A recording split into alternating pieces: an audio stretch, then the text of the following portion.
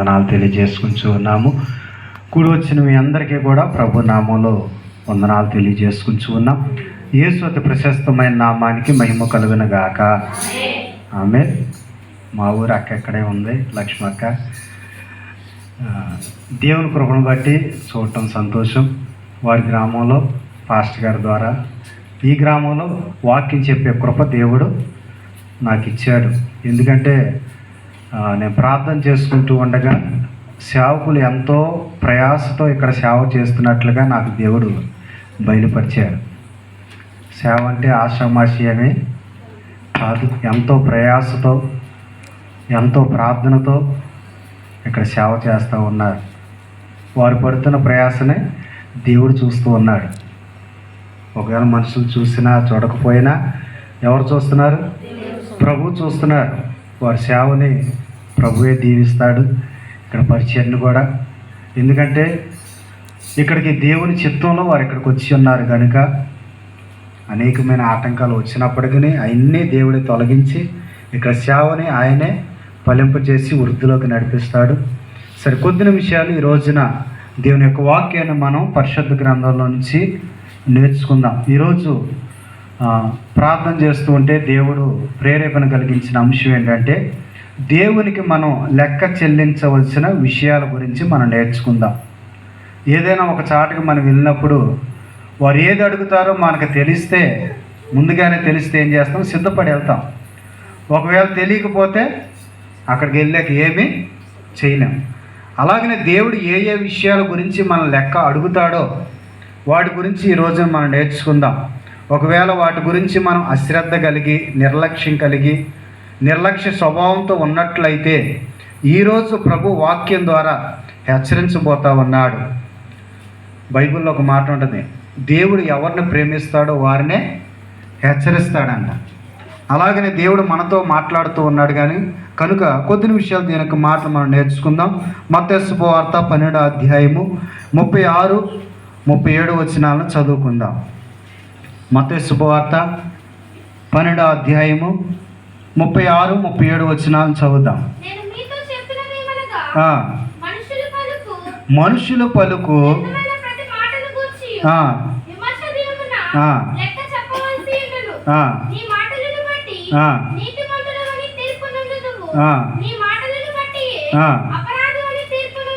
చాలండి.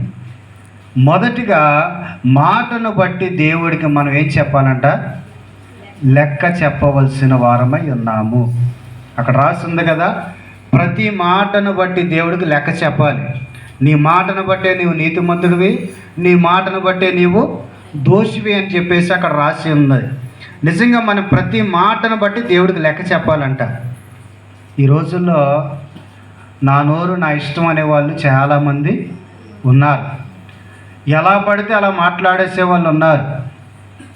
ఎదుటి వ్యక్తి ఎలాంటి వ్యక్తి అని కూడా చూడకుండా మాట్లాడేవాళ్ళు చాలామంది ఉన్నారు. నోటికి ఎంత వస్తే అంత మాట్లాడే వాళ్ళు ఉన్నారు. కానీ బైబిల్లో ఉంటుంది, ఏమని ఉంటుందంటే నీ నోటి నుంచి పోకిరి మాటలు రాకూడదు, సరసోక్తులు రాకూడదు, బూతు మాటలు రాకూడదు అని బైబిల్లో ఉంది. కానీ ఈ రోజుల్లో అందరికి వచ్చే అయ్యే కదా, ఈ రోజుల్లో అందరికి వచ్చే అయ్యే. కానీ దేవుడు అవి రావద్దు, నీ నోటి నెంపటి అలాంటి మాటలు ఏవి కూడా రావద్దు అని దేవుడు చెబుతూ ఉన్నాడు. మాటను బట్టి మనం ఏం చెప్పాలంటే దేవుడికి లెక్క చెప్పవలసిన వారమై ఉన్నాము. దేవుడు మనకు ఒకటే నోరిచ్చాడు, కానీ ఇదే నోటితో దేవుని స్తుతిస్తాం, ఇదే నోటితో బూతులు తిడతారు. ఇదే నోటితో దేవుని స్తుతిస్తాం, ఇదే నోటితో అనరాని మాటలు అంటూ ఉన్నాడు. నేను హైదరాబాద్ ఒకసారి వెళ్ళినప్పుడు అక్కడ ఒక ఆయన ఏం చెప్పాడో తెలుసా? మా ఆవిడని బట్టే నేను మందిరానికి వెళ్ళలేదండి అని చెప్పాడు. ఎవరిని బట్టి? అలా ఆవిడని బట్టి. ఆమె లేకపోతే లోకస్తురాలా అంటే కాదు, ప్రతిరోజు కూడా మందిరానికి వెళ్ళిద్ది. ప్రతిరోజు కూడా ఎక్కడికి వెళ్ళిద్ది? మందిరానికి వెళ్ళింది. ఇంటికి వచ్చాక అనరాని మాటలు భర్తను అంటుందంట. ఆయన అన్నాడు, ఆమెను చూసే నేను మందిరానికి వెళ్ళట్లేదు అని అన్నాడు. మందిరానికి వెళ్తే ఉపయోగం ఏముంది? నీ నోటిని నువ్వేం చేసుకోవాలి? చెక్కం పెట్టుకోవాలి, నీ నోటికి కళ్ళెం పెట్టుకోవాలి, మన నోటిని అదుపులో ఉంచుకోవాలి. నీ భర్త రక్షించబడాలి అని అంటే మాదిరి ఎవరు? మనం ఎవరైతే మందిరానికి వెళ్తున్నారో మాదిరి వారి. పాస్టర్ గారిని ఇప్పుడు సేవ చేస్తున్న పాస్టర్ గారు 100 మందిని చూస్తే నేను 10 మంది అయినా చూస్తారు. నువ్వు మందిరానికి వెళ్తున్నావు, నీ మాట తీరు మారిందా? నీ ప్రవర్తన మారిందా? నీ నడవడిక మారిందా? మందిరానికి వెళ్తూ ఉందంటే ఏమైనా మార్పు వచ్చిందా అని 10 మంది అయినా నేను గమనిస్తారు. ముఖ్యంగా నీ ఇంట్లో వారు గమనిస్తారు. నీ ప్రవర్తన బట్టి వారు కూడా రక్షించబడాలి అని అంటే నీ ప్రవర్తన చాలా మంచిగా ఉండాలి. మృదువైన మాట కోపాన్ని సైతం చల్లార్చేసిద్దంట. కొన్ని మాటలు ఎలా ఉంటాయంటే రెచ్చగొట్టే మాటలు ఉంటాయి, కొన్ని మాటలు రెచ్చగొడతా ఉంటారు. కానీ బైబిల్ ప్రకారం అంటే మన ప్రతి మాటకు కూడా దేవునికి లెక్క చెప్పాలి. ఈ రోజుల్లో ప్రజలు ఎలాగున్నారంటే నటించేవారు ఉన్నారు. పైకి వందనాలు పెట్టి లోన ఎన్ని అనుకుంటున్నారో తెలీదు. అయ్యగారు ఎంత మంచోడు అని పైకి అంటున్నావు అయ్యగారు ముందు. అయ్యగారు అటు వెళ్ళాక ఎన్ని మాటలు అనుకుంటున్నావో నువ్వు దేవునికి లెక్క చెప్పాలి. మనుషులు మభ్యపెట్టడం తేలికే, మనుషులు మోసం చేయటం తేలికే. మాటల ద్వారా మన ప్రవర్తన ద్వారా మనుషుల్ని ఎవరినైనా సరే మభ్యపెట్టచ్చేమో, కానీ దేవుణ్ణి మనము మభ్యపెట్టలేము. ప్రతిదాన్ని గురించి లెక్క చెప్పాలి. నువ్వు లోన అనుకున్నది ఆయనకి తెలిసిద్ది, బయట అనుకున్నది కూడా ఆయనకి తెలిసిద్ది. హృదయాంతరంగాలు ఎరిగిన దేవుడు ఆయన. సైతాన్ని పైకందా లోనందా? అపవాది అయిన సాతాను దేవునితో సమానుడని లోన అనుకుందా, పైకందా? ఎలాగంది? తను అనుకున్నది కూడా ఎవరికి తెలిసిందంటే దేవునికి తెలిసింది. నెబుకద్నెజరు ఏమన్నాడు? ఇదంతా కూడా నా బలాతిశయం బట్టి అంటే అక్కడ ఎవరు లేకపోవచ్చు, కానీ ఎవరు చూశారు? దేవుడు చూశారు. ప్రతి మాటను బట్టి దేవుడికి లెక్క చెప్పాలి. మందిరానికి వస్తున్నామంటే మన మాట తీరు మారిపోవాలి. మందిరానికి వస్తున్నామంటే మన మాట తీరు మారాలి. దేవుడు తీర్పులో నిన్ను నిలబెట్టి అడుగుతాడు. ఏమన్నా తెలుసా? నువ్వు ఎప్పటి నుంచో మందిరానికి వస్తూ ఉన్నావు, కానీ నీ మాట తీరు మారిందా లేదా? మన మాటను మార్చుకోవాలి. ఎలా పడితే అలాగ మాట్లాడకూడదు. ప్రార్థనకు వెళ్ళిన తర్వాత సాక్ష్యం చాలా విలువైనది. ఒక పోలీస్ ఆయన అమలాపురంలో వాళ్ళ అబ్బాయి నాతో ప్రార్థన చేయించుకుంటూ ఉంటాడు. అలా ఆ పోలీస్ ఆయన అన్నాడు, మా అబ్బాయిని ఎట్లా మార్చారో కానీ భలే మార్చారండి అన్నాడు. నేను ఎవరిని మార్చలేనయ్యా, మార్చే శక్తి కూడా నాకు లేదు. మార్చేది ఎవరో? దేవుడు మార్చాలి, నేనేం మారుస్తాను? దేవుడే మార్చుంటాడు. ఇదివరకు గొడవలకు వెళ్ళేవాడు ప్రభువుని నమ్ముకొని నాకు ఎవరైనా తిట్టినా సరే మౌనంగా ఉంటున్నాడు. తిరిగి ఒక మాట కూడా అంటలేదు. చాలా తనలో మార్పు వచ్చేసేసిందని చెప్పాడు. గొప్ప సాక్ష్యం. నిజమే. ప్రభువుని నమ్ముకోక ముందు నువ్వు ఎలాగున్నావో, నీ మాటలు ఎలాగున్నాయో, గయ్యాలుగా ఉన్నావో, బూతులు తిట్టావో, ఎగతాళి చేస్తూ ఉన్నారు. కొంతమంది ఏంటో తెలుసా? ఎగతాళి చేయటం వారి పని. ఏం చేస్తూ ఉంటారు? ఎగతాళి చేస్తూ ఉంటారు, హేళన చేస్తూ ఉంటారు, తక్కువ చేసి మాట్లాడుతూ ఉంటారు, చిన్న చూపు చూస్తూ ఉంటారు. ప్రతి దాన్ని బట్టి కూడా దేవునికి నీవు లెక్క చెప్పవలసిన వారమై ఉన్నాము. ఎవరిని తక్కువ చేసి మాట్లాడకూడదు, హేళన చేయకూడదు. ఎక్కిరిస్తూ ఉంటారు, రకరకాల మాటలు అంటూ ఉంటారు. ప్రతి మాటను బట్టి దేవుడికి లెక్క చెప్పాలి. అందుకనే నువ్వు ఎలాంటి స్థితిలో ఉన్నావో ఒక్కసారి ఈరోజు పరిశీలన చేసుకో. ఎవరినైనా గేలి చేస్తున్నావో, తక్కువ చేసి మాట్లాడుతున్నావో, ఇదంతా కూడా ఎవరు చూస్తున్నారు? దేవుడు చూస్తూ ఉన్నాడు. పక్కనున్న మనిషి చూడకపోవచ్చు, నువ్వు ఎవరిని అన్నావు వారికి తెలియకపోవచ్చు, కానీ నువ్వు అనే ప్రతిదీ కూడా దేవుడు చూస్తూ ఉన్నాడు. ప్రతిదీ దేవుడు చూస్తున్నాడు. చూడలేదా? ప్రతిదీ దేవుడు చూస్తూ ఉన్నాడు. నువ్వు లెక్క చెప్పవలసిన వారమై ఉన్నావు. అందుకని మన మాట తీరుని ఏం చేసుకోవాలంటే మార్చుకోవాలి. మన మాట తీరు ఎలాగుందో మార్చుకోవాలి. మన మాటను బట్టి అనేక మంది ఏమవుతారు? ప్రభువులోనికి వస్తూ ఉంటారు. మన మాట తీరుని బట్టే ఎలా పడితే అలా మాట్లాడామంటే ఏమంటారు? ప్రభువుని నమ్ముకుంది, కానీ ఈమెకి ఏమాత్రము కూడా మార్పు లేదు. ఈమె మాట తీరు మారలేదు. ప్రార్థనకి వెళ్తుంది కానీ ఇంకా బూతులే మాట్లాడుతుంది. ప్రార్థనకి వెళ్తుంది కానీ అనకూడని మాటలు అంటూ ఉంది. ప్రార్థనకి వెళ్తుంది కానీ భర్తను అనకూడని మాటలు అంటూ ఉంది. అందుకని మనం ఎలా మాట్లాడుతున్నాం ఒకసారి పరిశీలన చేసుకోండి. బైబిల్లో ఉంటుంది, నాలుక అవయవాల్లోకి వెళ్ళా కూడా చిన్న అవయవం, కానీ అది బహుగా అదిరిపడిద్దంట. చిన్న అగ్గిపుల్ల అడవిని తగలబెట్టినట్లు, ఇంటిని తగలబెట్టినట్లు నీ దేహాన్ని మొత్తాన్ని కూడా ఏం చేసిందంట, అది తగలబెట్టేసింది. నాలుక చాలా ప్రమాదం. నాలుక ఎలా పడితే అలా మాట్లాడుతూ ఉంటుంది. అందుకని నీ నాలుకని ఏం చేసుకోవాలి, నువ్వు కంట్రోల్లో పెట్టుకోవాలి. ఎలా పడితే అలా మాట్లాడకూడదు.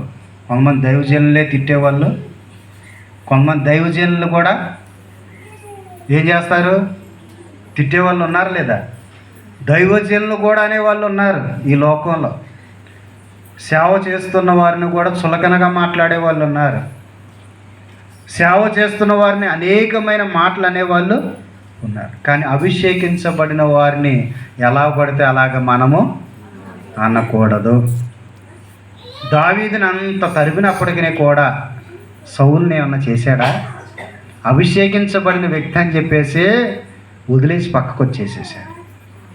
అవునా కాదు? బైబిల్లో జరిగిన సంఘటనలు మనందరికీ తెలిసినవే. అందుకని ప్రియ దేవుని బిడ్డ, సేవకుల్ని అనకూడదు, తోటి వారిని కూడా అనకూడదు, ఎవరిని కూడా హేళన చేయకూడదు, తక్కువ చేయకూడదు. నీ ప్రతి మాటను బట్టి దేవుడికి లెక్క చెప్పాలి. ప్రతి మాటను బట్టి చెప్పాలి. అందుకని కాలు జారినా తీసుకోవచ్చు, కానీ మాట జారితే తీసేసుకోలేం. అందుకని బైబిల్ ప్రసంగిలో ఉంటుంది, ఏమని ఉంటుందంటే, దూత ఎదుటి నువ్వేం చెబుతావు, అప్పుడు అబద్ధాలు చెబుతావు. అంటే మొక్కుకొని కొంతమంది ఏమంటారంటే, పొరపాటు చేత నేను మొక్కేసుకున్నానయ్యా అని అంటే అక్కడ మన చెల్లుబాటు అవ్వు. నువ్వు అనేసావంటే అది ఖచ్చితం. కొంతమంది దేవుడికి కూడా మాట ఇచ్చేస్తూ ఉంటారు. ఎవరికి? దేవుడికి మాట ఇచ్చేసి ఆ మాట మీద నిలబడిన వారు కూడా చాలామంది ఉన్నారు.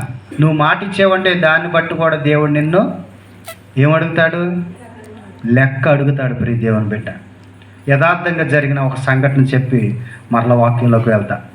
ఒక ఊరిలో ఆశీర్వాదం అనే వ్యక్తి ఉన్నాడంట. ఎవరో? కానీ ఆయన బ్రతుకులు ఏమి లేదు, ఆశీర్వాదం లేదు. పేరు ఆశీర్వాదం, కానీ ఆయన బ్రతుకులో ఆశీర్వాదం లేదు. ఆయన మందిరానికి వెళ్తూ ఉన్నాడు. ఆయనకి ఇల్లు లేదు, మంచి పనులు లేవు, ఎలాంటి వసతులు కూడా ఆయనకి లేవు. పేరే ఆశీర్వాదం, కానీ ఆయన జీవితంలో ఆశీర్వాదం లేదు. ఆయన ఇల్లు అన్నాడంట అయ్యగారితో, అయ్యా మనకి ప్రార్థన ఎప్పుడు జరిగితే అప్పుడు నేనే ఊడుస్తాను, నేనే చాపలేస్తాను, నేనే మైకు పెడతాను, అన్నీ కూడా చిత్తపాటు నేనే చేస్తానని చెప్పాడంట. చెప్పి ప్రతిరోజు ఎప్పుడు ప్రార్థన ఉంటే అప్పుడు ఆయనే చేసుకుంటూ వెళ్తూ ఉన్నాడంట. సేవకుడు ప్రార్థన చేస్తున్నాడు, అయ్యా ఆశీర్వాదం ఎంతో పరిచయం చేస్తున్నాడయ్యా అని పేరుకు తగినట్లుగా ఆయన్ని ఆశీర్వదించండి ప్రార్థన చేస్తూ ఉంటే కొన్ని రోజులకి దేవుడు ఒక ఇల్లు ఇచ్చాడంట. ఏమిచ్చాడు? ఇల్లు ఇచ్చాడు. అప్పుడు ఈ ఆశీర్వాదానికి మరొక కోరిక పుట్టిందంట. అయ్యా ఇల్లు ఉంది, పొలం కూడా కావాలని అడిగాడంట. దేవుడు పొలాన్ని కూడా ఇచ్చాడంట. ఇచ్చిన తర్వాత అన్నాడంట, ప్యాకెట్ పాలు తాగలేకపోతున్నానయ్యా, గేదెలు కావాలని అడిగాడంట. అడిగిన తర్వాత దేవుడు అవి కూడా ఇవన్నీ వచ్చాక మందిరం మానేశాడంట. ఏం మానేశాడు? మందిరానికి మానేసేసాడు. గేదెలు చాకరీ చేసుకోవటం, పొలం పని చూసుకోవటం, ఆ పనులు చేసేపాటికి అలసిపోయి వచ్చి ఎక్కడ పనుకుంటున్నాడు? ఇంట్లో హాయిగా పనుకుంటున్నాడు. 2 వారాలు చూశాడు. పాస్టర్ గారు మరి వచ్చేసరికి ఇక్కడ ఊడ్చి లేదు, చాపేసి లేకపోతే అమ్మాయి ఎవరైనా చేయండి అంటే మేము ఎందుకు చేస్తాం, ఆశీర్వాదం చేస్తాడుగా అన్నారంట. సంఘపెట్టలు కూడా ఎవరు చేస్తారు? ఆశీర్వాదం చేస్తాడు కానీ అని అంటున్నారంట. పాస్టర్ గారే చేసుకుంటా ఉన్నాడు.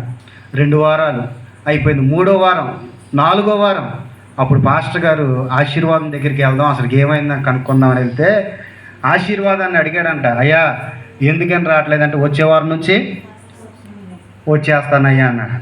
మళ్ళీ వచ్చే వారం చూస్తే రాలేదు. తర్వాత మరొక వారం వెళ్తూ ఉంటే ఆయన ఎదురయ్యాడంట. అయ్యా మందిరానికి రావట్లేదు, ఏంటంటే కొన్ని ఆటంకాలు ఉన్నాయ్యా, అందువల్ల నేను రాలేకపోతున్నా. ఏంటి ఆటంకాలు? గేదెలు, ఇంకేంటిది పొలం, ఆటంకాలు ఉన్నాయ్యా, అందుకనే రాలేకపోతున్నామంటే అయ్యగారు ఏం చేశాడంటే ఆదివారం మందిరానికి వెళ్ళి, ఇప్పుడు ఆరాధన చేశారు కదా అయ్యగారు, అట్లా అందరు నుంచోబెట్టి 2 చేతులు పైకెత్తిచ్చానంట. ఆశీర్వాదం ఉన్న ఆటంకాలన్నీ ఏమవ్వాలి? తొలగిపోవాలయ్యా. అప్పుడే నీ మందిరానికి ఏదో ఆటంకం ఉందంట నీ మందిరానికి రావటానికి అని చెప్పేసి అయ్యగారు ప్రార్థన చేశాడంట. ఎప్పుడైతే ప్రార్థన చేశాడో పొలం పోయింది, గేదెలు పోయినాయి, అనారోగ్యం వచ్చి ఇల్లు కూడా ఇక మళ్ళీ ఎక్కడికి రావటం మొదలెట్టాడు. అంటే ఆశీర్వాదం దేవుడు ఇచ్చాడు కానీ నిలబెట్టుకోలేకపోయాడు. చాలామంది దేవుడికి మాట ఇస్తారు కానీ ఆ మాట ప్రకారం ఉండరు. దేవుడు ఆశీర్వదిస్తాడు, అందరినీ ఆశీర్వదిస్తాడు, కానీ మందిరానికి వచ్చిన ప్రతి ఒక్కరిని దీవిస్తాడు. దీవించిన తర్వాత మనకి గర్వం రాకూడదు, అశ్రద్ధ ఉండకూడదు, దేవుని యొక్క సంఘం అన్న సేవకులన్న నిర్లక్ష్యం అంతకంటే ఉండకూడదు. నువ్వు దేవునికి ఏమైతే మాట ఇచ్చావో, ప్రభువుకి ఏమైతే సమర్పించుకొని మాట ఇచ్చేసావో దాన్ని ఎప్పుడు కూడా మర్చిపోకూడదు. మర్చిపోతే ఆశీర్వాదం జీవితంలో జరిగిన సంఘటనలు మన జీవితంలో కూడా జరుగుతాయి. జరగటమే కాదు, ప్రభువు లెక్క అడుగుతాడు నిన్ను. ఏమని? నువ్వు నాకు మాట ఇచ్చావు కానీ దాని ప్రకారం నడుచుకున్నావా లేదా అని దేవుడు నిన్ను లెక్క అడుగుతాడు. కనుక ప్రతి మాటకి కూడా మనం లెక్క చెప్పవలసిన వారమై ఉన్నాం. ఇప్పటి వరకు మనం నా నోరే కదా, నా ఇష్టం వచ్చినట్లు నేను మాట్లాడతాను, నీ ఇష్టం వచ్చినట్లు మాట్లాడేవేమో నాకు తెలియదు. దేవుడు ఎవరి కోసం ఈ మాటలు వినిపిస్తున్నాడు. మన నోటిని ఏం చేసుకోవాలంటే అదుపులో పెట్టుకోవాలి. ఎలా పడితే అలాగ మనం మాట్లాడకూడదు. మనం ఎవరో దేవుని బిడ్డలం. దేవుని బిడ్డలని పేరుకి చెబితే సరిపోదు, దానికి తగినట్లుగా ఉండాలి. వ్యభిచారంలో పట్టబడిన స్త్రీని యేసయ్య ఏమని పిలిచాడు? ఏమని పిలిచాడా? మనమైతే ఎన్ని బూతులు అనేవాళ్ళు. ఎవరైనా పాపం చేసి దొరికితే 100 మాటలు అనేవాళ్ళం మనం. కానీ యేసయ్య ఏమన్నాడు తెలుసా? అమ్మా నిన్నెవరో, అసలు ఎంత ప్రేమగా యేసయ్య మాట్లాడాడు చూడండి. మనకు సంబంధం లేకపోయినా బూతులు తిడతారు కొంతమంది. ఏదన్నా జరిగితే, ఎక్కడ ఏదైనా ఎవరైనా దొరికితే, ఏదైనా తప్పు జరిగిందంటే మనకు సంబంధం లేకపోయినా కూడా మనము అనేస్తూ ఉంటాం. కానీ యేసయ్య అయితే అమ్మా అని పిలిచాడు. అంటే పాపం చేసిన స్త్రీని కూడా అమ్మా అని దేవుడు పిలిచాడు. నిజంగా చూడండి, మరి మనమైతే ఏమంటున్నాం ఒక్కసారి ఆలోచన చేసుకోండి. ఎలా పిలుస్తున్నాం? ఎవరి లెక్క వాళ్ళదే. వారు పాపం చేస్తే వారే లెక్క వాళ్ళే లెక్క చెప్తారు. ఎవరి లెక్క వారే అప్పచెప్పవలసిన వారమై ఉన్నాము. కనుక ఎలా పడితే అలాగ మాట్లాడితే దేవుని ఉగ్రత కూడా మన మీదకే వచ్చిందా రాదా? ఇప్పుడు ఆశీర్వాదానికి వచ్చిందా? అలాగే వచ్చింది. కనుక ఎప్పుడు కూడా ఎలా పడితే అలా మాట్లాడొద్దు. ఎందుకంటే ప్రతి మాటను బట్టి దేవుడికి లెక్క చెప్పవలసిన వారమై ఉన్నాం. మరొక మాట చూడండి, మత్తయి సువార్త 18వ అధ్యాయము 23వ వచనాన్ని చదువుదాం. మత్తయి సువార్త 18:23.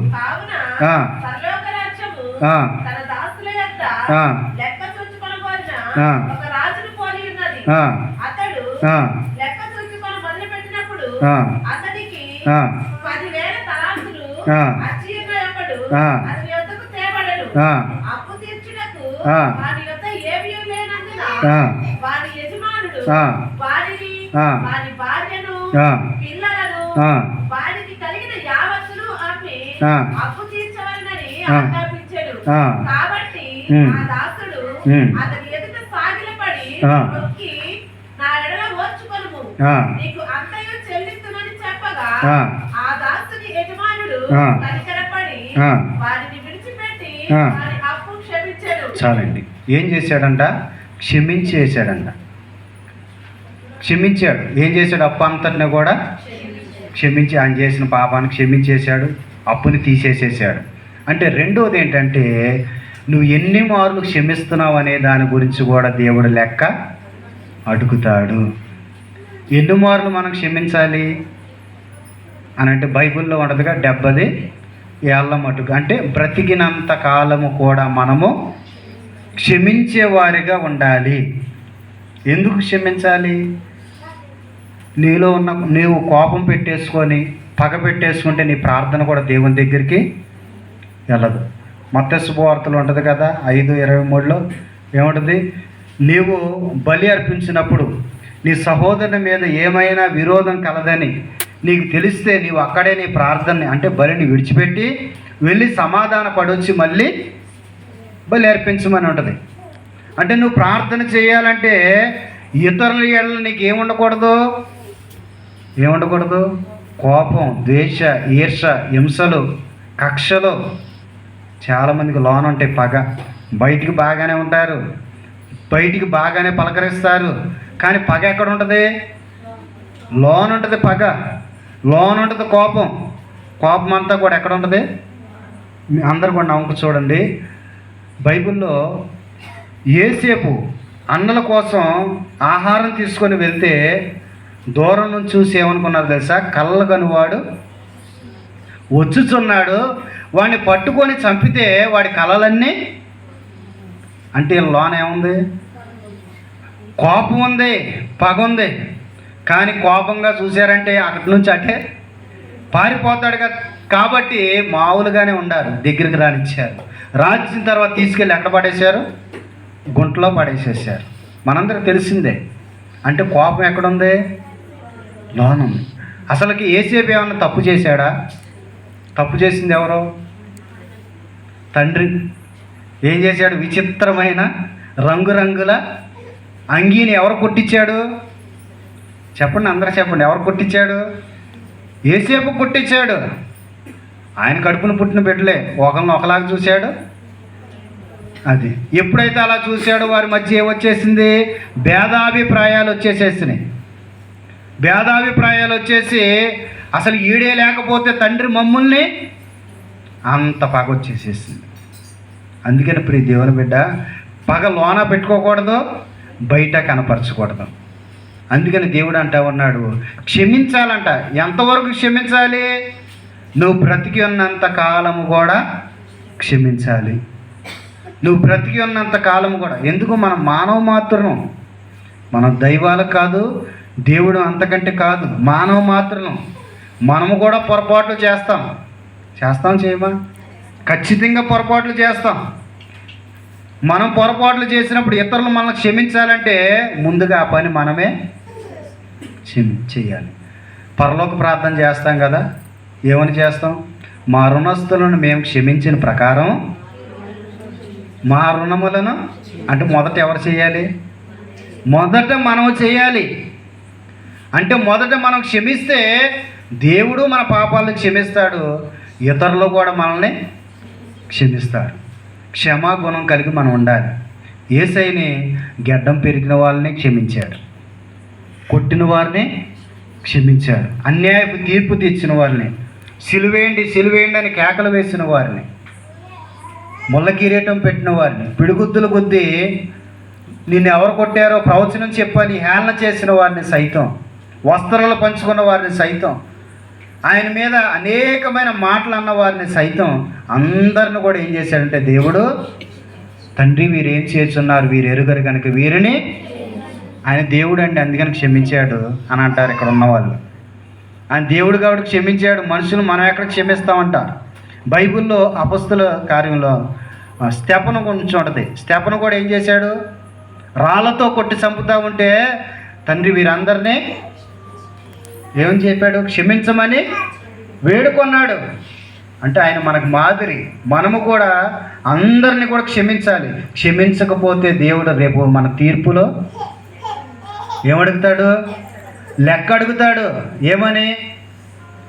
నేను నీ పాపాలు క్షమించాలి, నువ్వు మాత్రం క్షమించవా అని దేవుడు రేపు తీర్పులో నేను లెక్క అడుగుతాడు. అందుకనే మనం చేసిన ప్రతి పాపాన్ని దేవుడు క్షమిస్తున్నాడు కనుక మనము కూడా ఇతరులు మన ఎడల చేసిన ప్రతి పాపాన్ని కూడా క్షమించాలి. క్షమించకపోతే మన ప్రార్థన కూడా ఎక్కడికి వెళ్దో? పగలో ఉంచుకుంటే, కోపంలో ఉంచుకుంటే, కక్షల్లో ఉంచుకుంటే మన ప్రార్థన కూడా దేవుని దగ్గరికి చేరదు. నువ్వు ఎంత మందిరానికి వెళ్ళినా, ఎన్ని కానుకలు ఇచ్చినా, ఎంత మోకాలు వేసి ప్రార్థన చేసినా నీలో ఉండకూడదు తెలుసు. పగలు, కోపాలు, కక్షలు, ఈర్షలు ఇవన్నీ కూడా నీలో ఉండకూడదు. అసూయ ఉండకూడదు, స్వార్థం ఉండకూడదు. ఇతరులని ఎళ్ళ చేసిన ప్రతి పాపాన్ని కూడా నువ్వేం చేయాలి? క్షమించాలి. చూడండి, మరొక మాట చూడండి. మత్తయి సువార్త 25వ అధ్యాయము 18, 19 వచనాలు చదువుదాం. అయితే ఆ, ఒక తలాంతు తీసుకొనిన వాడు వెళ్ళి ఆ, భూమి త్రవ్వి ఆ, తన యజమానుని సొమ్ము దాచిపెట్టాడు. ఆ. బహుకాలమైన తర్వాత ఆ. ఆ దాసుని యజమానుడు వచ్చి చాలు ఇది మనందరికి తెలిసిందే. అంటే మూడవది, తలాంతుల గురించి దేవుడు లెక్క అడుగుతాడు. దేని గురించి అడుగుతాడు? తలాంతుల గురించి. తలాంతులు అంటే ఒక్కొక్కరికి దేవుడు ఒక్కొక్క తలాంతు ఇస్తాడు. ఒకరికి ప్రార్థన చేసే తలాంతు, ఒకరికి వాక్యం చెప్పే తలాంతు, ఒకరికి పాటలు పాడే తలాంతు, కొంతమందికి ఇతరులని ప్రభువు దగ్గరికి నడిపించేటువంటి తలాంతు, పరిచర్య చేసేటువంటి తలాంతులు. ఒక్కొక్కరికి ఒక్కొక్క తలాంతు ఇస్తాడు. ఇచ్చిన తలాంతుని బట్టి నువ్వేం చేయాలంట? ఆ ప్రభువుని, అంటే నీకు ఏదైతే తలాంతు ఇచ్చాడో దాన్ని వృద్ధి చేసుకోవాలి. నువ్వు వృద్ధి చేసుకుంటే ఇంకా దేవుడు నీకు ఇస్తాడు. అసలు ఉన్నదాన్నే నువ్వేం చేస్తున్నావంట? అక్కడ మనకు తెలిసిందే, గొయ్యి తీసి ఏం చేస్తాడు? పాతి పెడతాడు. అంటే ఉన్నదాన్ని కూడా ఏం చేయట్లేదు, వాడటం లేదు. చాలామందికి దేవుడు అనేకమైన తలాంతులు ఇస్తాడు. ఇచ్చిన దాన్ని ఏం చేస్తారంటే భూమిలో కప్పెట్టేసేస్తారు, కానీ ప్రభు కొరకు వాడరు. నువ్వు వాడకపోతే ప్రభు నిన్ను లెక్క అడుగుతాడు. నేను నీకు ప్రార్థన చేసే వరం ఇచ్చాను, నువ్వేం చేయాలి? అందరి కొరకు చేస్తున్నావా అని దేవుడు రేపు లెక్క అడుగుతాడు. నీకు వాక్యం చెప్పే తలాంతి ఇచ్చాను, మంచి వాక్చాతుర్యం ఇచ్చి మంచి వాక్యం చెప్పే కృప నీకు ఇస్తే నువ్వేం చేస్తున్నావు? వాక్యం చెప్పుకొని ఇంట్లో కూర్చుంటున్నావని దేవుడు రేపు లెక్క అడుగుతాడు. నీకు పాటలు పాడే తలాంతి ఇస్తే నువ్వేం చేస్తున్నావు? వాక్యం చెప్పేటప్పుడు వస్తున్నావు. ఎప్పుడు వస్తున్నావు? నువ్వు వాక్యం చెప్పేటప్పుడు వస్తే నువ్వు పాటలు పాడే వరాన్ని ఎప్పుడు ఉపయోగిస్తావు? పాటలు పాడే వాళ్ళు ఎప్పుడు రావాలి? ముందు వస్తే నీకు అవకాశం ఉంటుంది. అవకాశాన్ని బట్టి నువ్వు ప్రభువును స్తుతించవచ్చు. కానీ నువ్వు వాక్యం టయానికి వచ్చావంటే నీ తలాంతు ఏమైపోద్ది? భూమిలో కప్పెట్టేసినట్లే. బైబిల్లో ఉంటుంది, కలిగిన వానికి ఈడి, లేని వాని దగ్గర నుంచి ఉన్నది కూడా తీసుకెళ్ళి కలిగిన వానికి. నాకు బహు ఆశ్చర్యం వేసింది ఆ మాట విన్నప్పుడు, చదివినప్పుడు. ఇదేంటి, లేనోడి దగ్గర ఉన్నది కూడా తీసుకెళ్ళి ఉన్నవానికి ఏమన్నారు ఏంటంటే తర్వాత అర్థమైంది. ఏమనంటే వారు వృద్ధి చేసుకుంటా ఉన్నారు. దాన్ని బట్టి దేవుడు ఇంకా వారికి, కొంచెంలో నమ్మకంగా ఉన్నవానికి ఇంకా దేవుడు అప్పగిస్తూనే ఉంటాడు. అసలు ఇచ్చిన దాంట్లోనే నమ్మకంగా లేకపోతే దేవుడు కూడా ఏమీ చేయలేడు. దేవుడు నీకు ఏ తలాంతి ఇచ్చాడో దాన్ని నువ్వు వాడాలి. ఎవరి కొరకు? ప్రభు కొరకు వాడాలి. కొంతమందికి సాక్ష్యం చెప్పే తలాంతి ఉంటుంది, కానీ వాళ్ళు సాక్ష్యం చెప్పరు. మాట రాదు ముందు వాళ్ళకి. అయ్యగారు వాక్యం మౌత్ ఇచ్చాడంటే ఆ మౌత్లో నేను చెప్పను అంటారు. పోట్లాడమను 2 గంటలైనా సాలు రాదు వాళ్ళకి. కానీ సాక్ష్యం చెప్పడానికి వణుకొచ్చేస్తుంది. సాక్ష్యం చెప్పడానికి మాట రాదు, పాట పాడటానికి రాదు, వాక్యం అందించడానికి కూడా రాదు. కానీ ప్రభు నీకు ఏ తలాంతి ఇచ్చాడో దాన్ని వృద్ధి చేసుకోలేకపోతే ఏం జరిగిద్దో తెలుసా?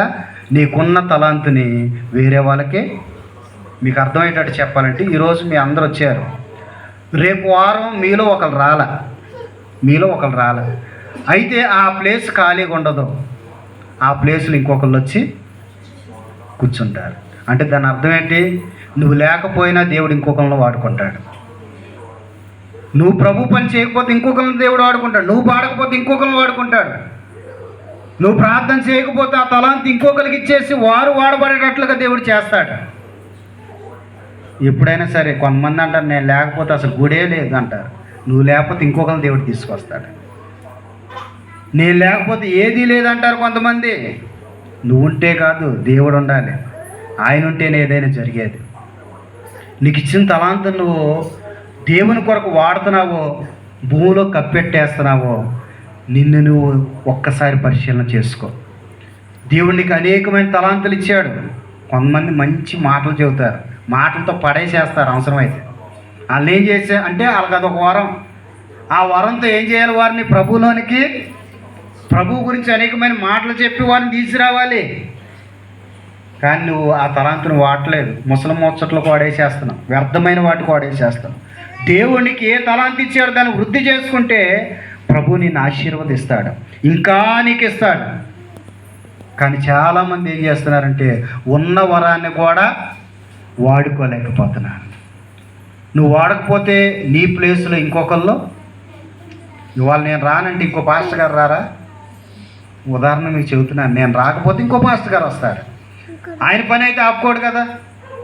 అలాగనే నీకు ఇచ్చిన తలాంతును వాడకపోతే తీసుకెళ్ళి పక్కన వాళ్ళకి దేవుడు, ఎవరైతే ఆసక్తి కలిగి ఉన్నారో, ఎవరైతే ప్రభువులో ఉత్సాహంగా ఉన్నారో, ఎవరైతే ప్రభువులో వాడబడాలని కోరిక కలిగి ఉన్నారో వారికి ఇచ్చేస్తాడు దేవుడు. ఆలోచన చేసుకో. మరి నీకు ఇచ్చిన తలాంత విషయంలో కూడా దేవుడు ఏమడుగుతాడు? ఇప్పుడు తలాంతులు ఇచ్చి వెళ్ళిపోయాడు ఆయన, వెళ్ళిపోయి వదిలేశాడా? మళ్ళీ వచ్చాడా? మళ్ళీ వచ్చి అడిగాడు. అడిగితే 2కి 2 సంపాదించాడు ఒక ఆయన, 5కి ఒక ఆయన మాత్రం ఏమంటున్నాడు? నువ్వు విత్తన చోట కోసేవాడు అని, మహా కఠినుడు అని. ఈ తలాంతును వాడకపోక ఇచ్చిన ఆయన కూడా ఏమంటున్నాడు? తిడుతూ ఉన్నాడు. మనం అలాగ ఉండద్దు. ఎందుకంటే ప్రతి విషయంలో లెక్క చెప్పాలి. నీకు ఇచ్చిన తలాంతును బట్టి కూడా దేవుడికి లెక్క చెప్పవలసిన వారమై ఉన్నాము. సరే, మరొక మాట చూడండి. కీర్తన గ్రంథం 56వ అధ్యాయము 8వ వచనాన్ని చదువుతాం. కీర్తనలో 56:8. కీర్తనలో 56:8. నా సంచారములను ఆ, నీవు లెక్కించి ఉన్నావు. ఆ, నా కన్నీళ్లు ఆ. నీ బుద్ధిలో ఉంచబడి ఉన్నవి. చాలండి. కన్నీరు ఎక్కడ ఉంచబడిద్దంటే, అంటే కన్నీరు కూడా దేవుడికి విలువైనదే. కన్నీరు గురించి కూడా మనం దేవుడికి లెక్క అప్పచెప్పవలసిన వారమై ఉన్నాము. ఎవరి బాధలన్నా వింటే మనకి ఏడుపు వచ్చేద్దాం ముందు. ఎవరి బాధలైనా వింటే ముందు మనకేమొచ్చేసింది? అసలుకి అంతకంటే ఎక్కువ బాధలు నీ ఇంట్లోనే ఉన్నాయి, అంతకంటే ఎక్కువ కష్టాలు కూడా నీ ఇంట్లోనే ఉన్నాయి. ఈ మర్చిపోయావు నువ్వు. దీని కొరకు ప్రార్థన చేయటం మర్చిపోయావు. నీ భర్త కొరకు, నీ బిడ్డల కొరకు ప్రార్థన చేయటం మర్చిపోయావు. ఏడ్చుకుంటా, ఎవరి గురించో ఆలోచన చేసుకుంటా వ్యర్థంగా కన్నీరు గారుస్తున్నావు. నువ్వు వ్యర్థంగా కన్నీరు గారిస్తే అది విలువలోనికి వచ్చిద్దా? వ్యర్థంగా కన్నీరు గారిస్తే విలువలోకి రాదు. నువ్వు ప్రభు కొరకు, దేవుడు చెప్పాడు కదా, యేసయ్య ఏమన్నాడు? అమ్మా నా కోసం ఏడవద్దు, నీ కోసం, నీ భర్త కోసం, నీ బిడ్డల కోసం ఏడు అన్నాడు. వారు నరకానికి పోకుండానట్లుగా, వారు పాతాళంలోనికి వెళ్ళకుండానట్లుగా వారి కొరకు నువ్వు ఇక్కడ ఏడ్చుకుంటూ ప్రార్థన చేస్తే వారు ఏమవుతారు? రక్షించబడతారు, పరలోకానికి వారసులు అవుతారు. వారి కొరకు నువ్వు ఏడ్చుకుంటూ ప్రార్థన చేయాలి. భూలోకం ఎంత కన్నీరు కార్చావని కూడా దేవుడు నిన్ను లెక్క అడుగుతాడు. మన కుటుంబం గురించి ఏడవం, కానీ అనవసరమైన వాటి కోసం ఏడ్చేవాళ్ళు ఈ లోకంలో చాలామంది ఉన్నారు. ఒక ఆమంట సంఘంలోకి వచ్చి మోకాళ్ళేసి, అయ్యా బాబుని రక్షించయ్యా, రక్షించయ్యా నీ దారులు కార్చేస్తుంటే పాస్టర్ గారు వచ్చారంట. వచ్చి వాళ్ళ బాబుకి యాక్సిడెంట్ అయిందో ఏమైందో అని ఆయన కూడా పక్కన మోకాలేసి ఆయన కూడా ఏం చేస్తున్నాడు? బాబుని రక్షించయ్యా, రక్షించయ్యా అని. అంతా ఆమె కన్నీరు కారుతుంది, పాస్టర్ గారు కన్నీరు కార్చా. అంతా అయిపోయిన తర్వాత ఆమెను అడిగాడంట, అమ్మ మీ బాబుకి? మా బాబుకి ఏం అవ్వలేదమ్మా. ఆయన ఏం చెప్పాడు? ఆమె ఏం చెప్పిందంటే, మా బాబుకి ఏమీ అవ్వలేదు, సీరియల్లో బాబుకి మాత్రం ఏమైంది? యాక్సిడెంట్ అయింది. ఆయన చచ్చిపోతే ఏమైపోద్ది? సీరియల్ ఆగిపోద్ది. ఆయన బతికేయడానికి ఒక కొన్నాళ్ళు చూడొచ్చు. అందుకని ఆ బాబు కోసం నేను ప్రార్థన చేస్తున్నాను. ఎవరి కోసం చేసింది? ఆ బాబు కోసం ప్రార్థన చేసింది ఏమో. ఈ లోకంలో ప్రజలు ఎలాగున్నారంటే వ్యర్థమైన వాటి కోసం ఎంత కన్నీరైనా, అదే కన్నీరు తన కుమారుడు కోసం ప్రార్థన చేస్తే కుమారుడు రక్షించబడేవాడు. అదే కన్నీరు తన భర్త కొరకు కారిస్తే తన భర్త రక్షించబడేవాడు. అదే కన్నీరు తన కుటుంబం కొరకు ప్రార్థన చేస్తే ఆ ఆ పాస్టర్ గారు అనుకుంటున్నారంటే ఎప్పుడు ఏమో మోకాలు వేసి కన్నీరు కార్చదో, ఇవాళ ఏదో గట్టిగా వాళ్ళ అబ్బాయికి ఏదో అయ్యింది అనుకుంటున్నాడు ఆయనకేం తెలుసు. చాలామంది ఈ లోకంలో వ్యర్థంగా కన్నీరు కారుస్తున్నారు. సినిమాలు చూసుకుంటూ ఏడ్చేవాళ్ళు, సీరియల్ చూసుకుంటూ ఏడ్చేవాళ్ళు ఈ లోకంలో ఎక్కువైపోయారు. ఎక్కడో ఏదో జరిగితే ఏడ్చేవాళ్ళు ఉన్నారు కదా. కానీ నీ కుటుంబం కోసం ఎప్పుడైనా ఏడ్చావా? నీ భర్త కొరకు, నీ బిడ్డల కొరకు, నీ కుటుంబం కొరకు, అలాగే నీ సంఘం వృద్ధి అవ్వాలని ఎప్పుడైనా ఏడ్చావా? నీ సంఘం కోసం, మీ ప్రజల కొరకు, నీ ఇంటి వారి కొరకు ఎప్పుడైనా ఏడ్చుకుంటూ ప్రార్థన చేసావా? ప్రార్థన, కన్నీటి ప్రార్థన చాలా విలువైనది. బైబిల్లో భక్తుడు చచ్చిపోతామని చెబితే అప్పుడే మోకాలేసి గోడ తట్టు తిరిగితే దేవుడు 15 సంవత్సరాలు ఆయుష్నిచ్చాడు. ఏమన్నాడు దేవుడు? కన్నీళ్ళు విడిచుట నేను, అంటే కన్నీటి ప్రార్థన అంటే దేవుడికి చాలా ఇష్టం. కన్నీరు ఎప్పుడు వచ్చింది? బాధ కలిగినప్పుడు కన్నీరు వచ్చింది. నాకు ఏ బాధలు లేవులేండి అనేవాళ్ళు చాలామంది ఉన్నారు. కానీ బాధలు ఉన్నాయమ్మా మీకు ఎవరికైనా అంటే నాకు బాధలు కూడా ఉన్నాయని చెప్పేవాళ్ళు ఉన్నారు. నీ బాధను బట్టి నువ్వేం చేయాలో తెలుసా? కన్నీరు కార్చి ప్రార్థన చేసుకోవాలి. కన్నీరు కూడా దేవుడు ఏం చేస్తాడు? బుడ్డులో ఉంచి ఎంత కన్నీరు కార్చావు, వ్యర్థంగా కార్చిన కన్నీరు వల్ల ఉపయోగము లేదు. నేను వాళ్ళ కోసం వీళ్ళ కోసం ఏడ్చానంటే దాని వల్ల ఉపయోగం అసలు ఏమీ లేదు. నీ కోసం, నీ కుటుంబం కోసం ప్రభు సన్నిధానంలో, ప్రభు పాదాల దగ్గర ఎంత కన్నీరు కార్చావో అది మాత్రమే లెక్కించబడింది. ఎప్పుడైనా ప్రభు సన్నిధానంలో కన్నీరు కార్చావా? నీ పాపాలు ఒప్పుకుంటూ నీ భర్తని రక్షించమని వాటి కోసం ఏడ్చేవాళ్ళు తక్కువైపోయారు. కానీ ఈరోజు ప్రభు నీతో మాట్లాడుతూ ఉన్నాడు. కన్నీరు గురించి కూడా దేవుడు రేపు నేను లెక్క అడుగుతాడు. అమ్మ, అనవసరమైన అన్నిటి కోసం ఏడ్చావు కానీ నీ భర్త కోసం ఏడ్చావా అని అడుగుతాడు. నీ పాపాలు ఒప్పుకొని ఏడ్చావా అని దేవుడు అడుగుతాడు. మరి అప్పుడు నువ్వేం చెబుతావు? అందుకనే మన కన్నీరు కూడా విలువైంది. కన్నీరు కోసం కూడా కన్నీరు కూడా ఏం చేయాలంటే ప్రభు సన్నిధానంలో ప్రభు ప్రార్థన చేసేటప్పుడు మనకి ఏం రావాలి? కన్నీటితో ప్రార్థన చేస్తే నీ కుటుంబమే రక్షించబడింది. కనుక ఒక్కసారి పరిశీలన చేసుకోండి. నువ్వు దేని కొరకు ఏడ్చావో? లోకంలో వాటి కోసం ఏడ్చావా? లేకపోతే ఏదైనా వ్యర్థమైన వాటి చూసుకుంటా ఏడ్చావా? దేవుని సన్నిధానంలో ఏడ్చావా? ఒక్కసారి పరిశీలన చేసుకో. ఒకవేళ ఇప్పటివరకు అలాగుంటే విడిచిపెట్టి ప్రభు సన్నిధానంలో నీ కుటుంబం కొరకు, నీ సంఘం అభివృద్ధి పొందాలని వీటి కొరకు ఏడు.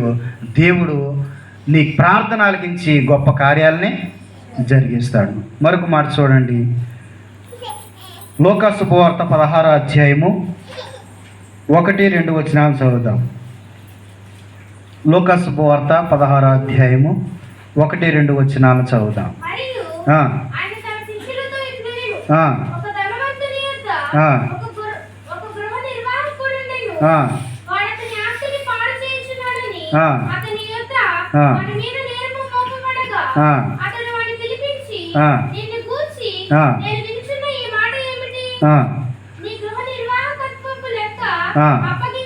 చాలండి. దేని గురించి చెప్పాలంట?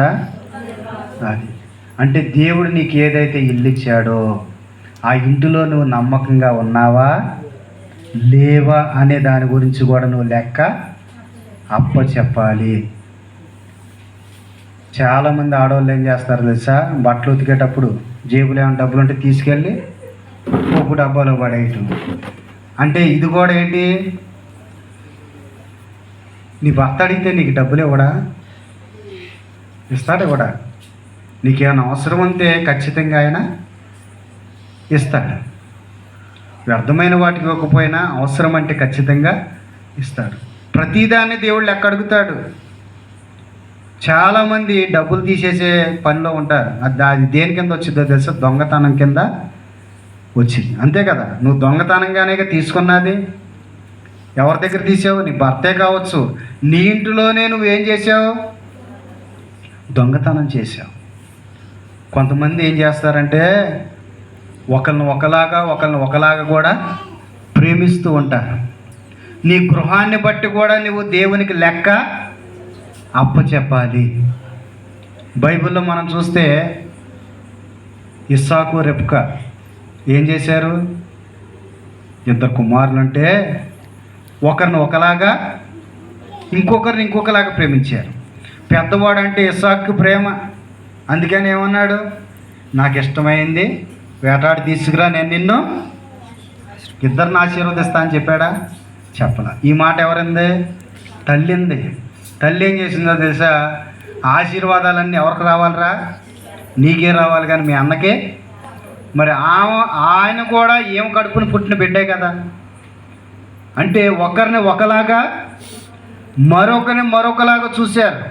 దీన్ని బట్టి కూడా ఎవరికి లెక్క చెప్పాలి?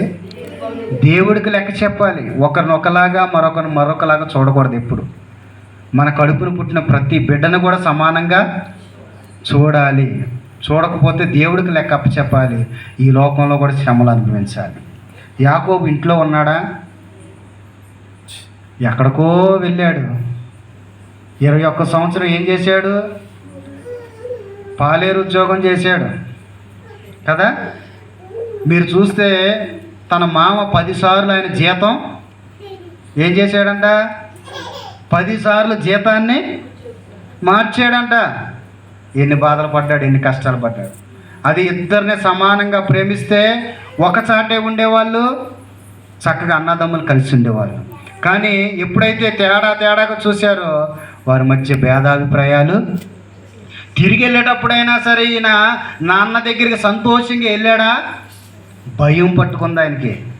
నాన్న నన్ను ఏం చేస్తాడు? ఇన్ని సంవత్సరాలైనా సరే ఆయన చేసిన పాపం ఆయనలో ఉంది.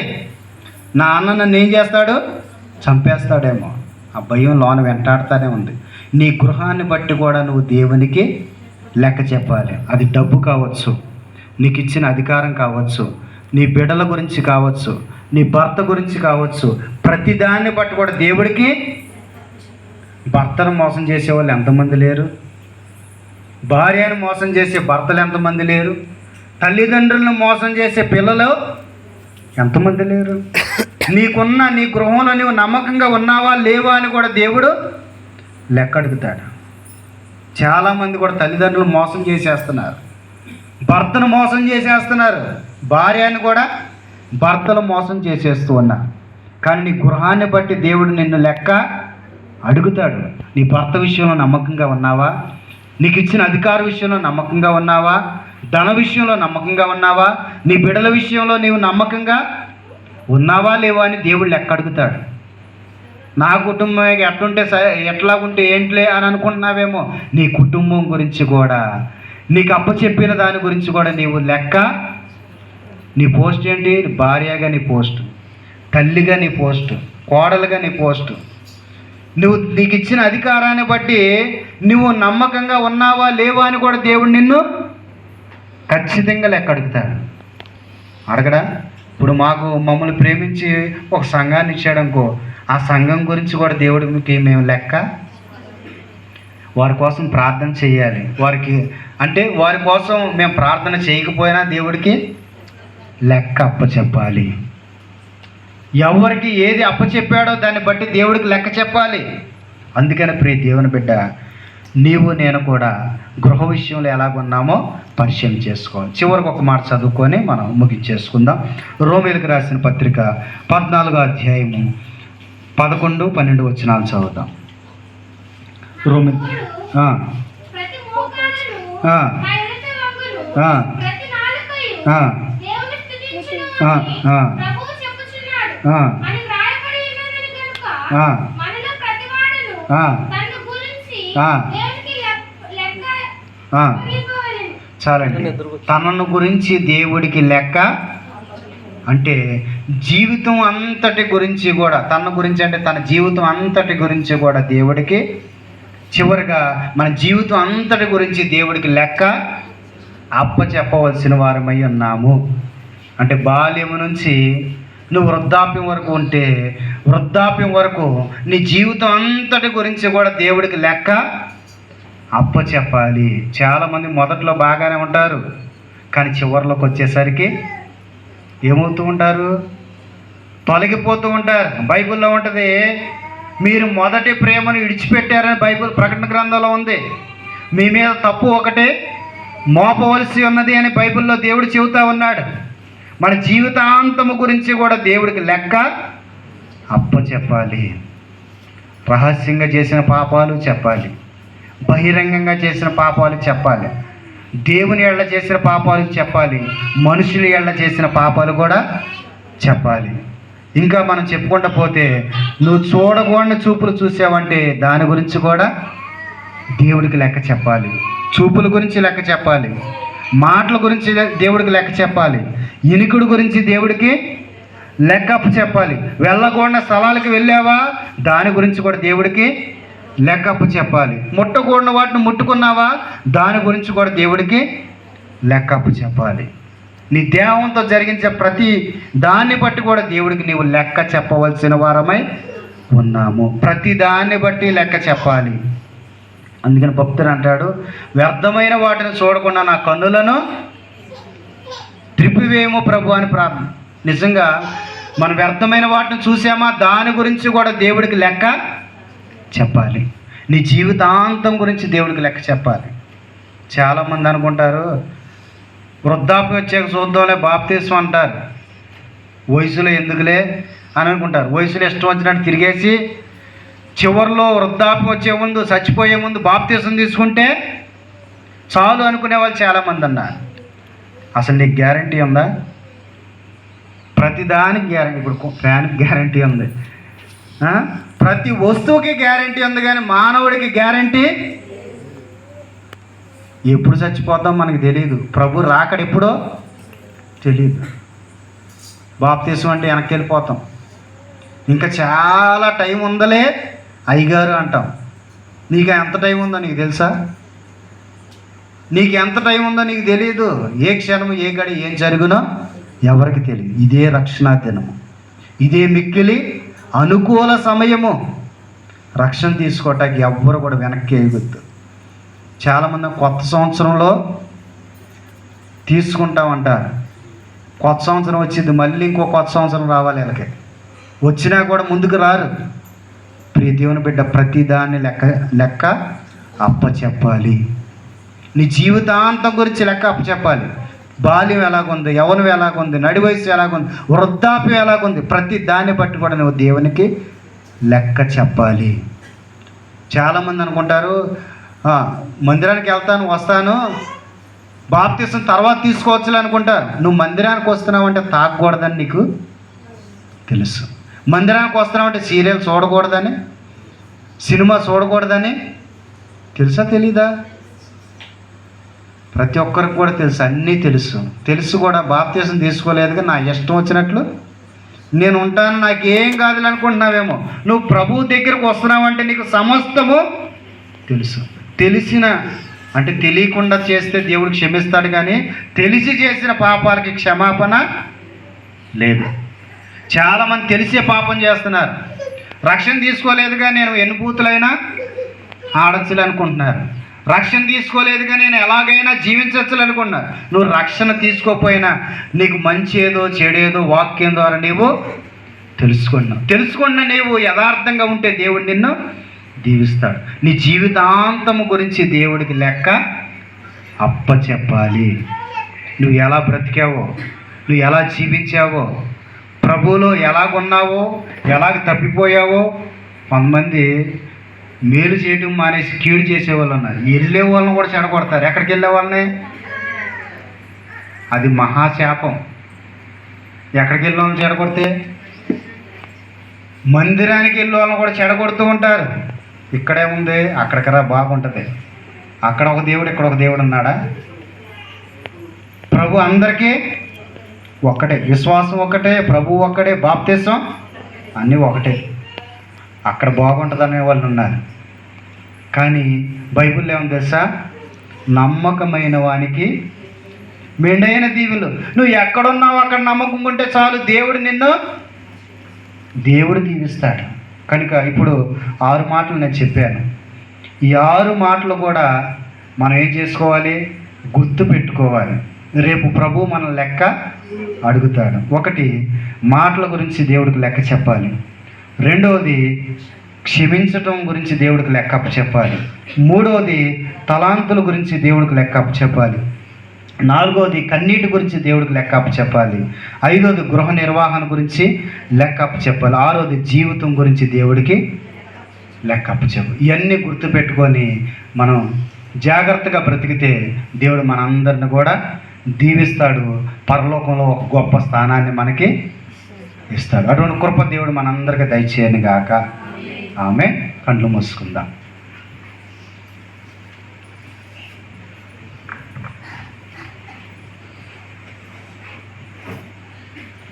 ప్రార్థన చేసుకుందాం.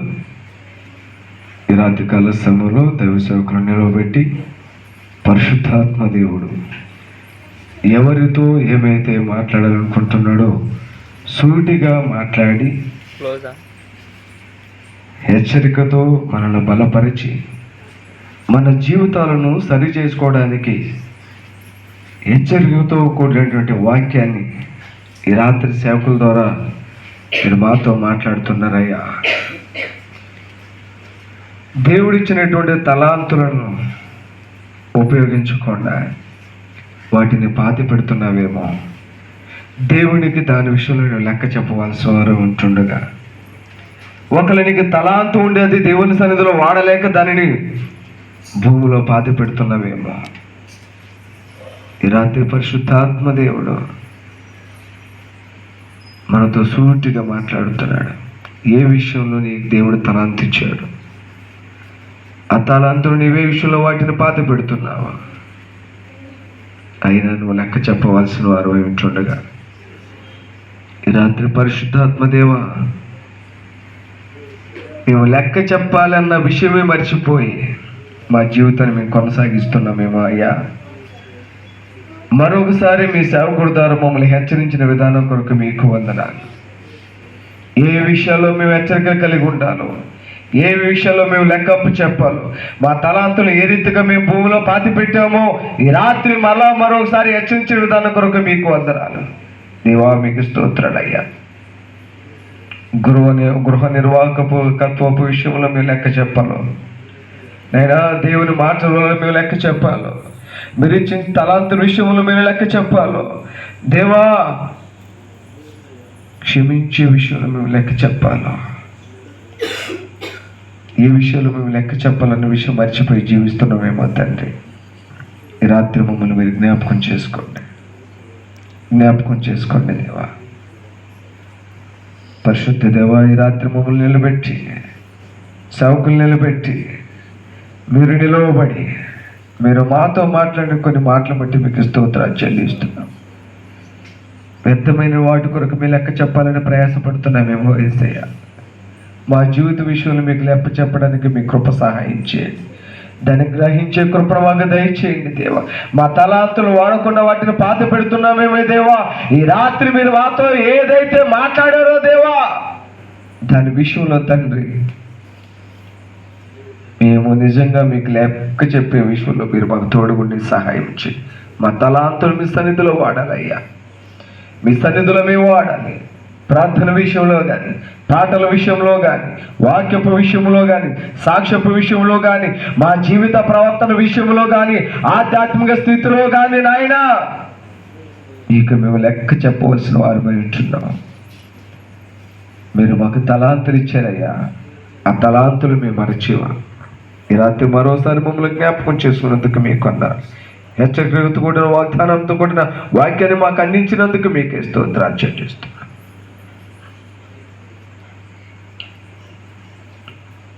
నేను వాక్యంతో ప్రార్థన చేసుకుందాం. మన మధ్యలో ఉన్నటువంటి సహోదరి లక్ష్మి మన ప్రార్థన నడిపిస్తారు.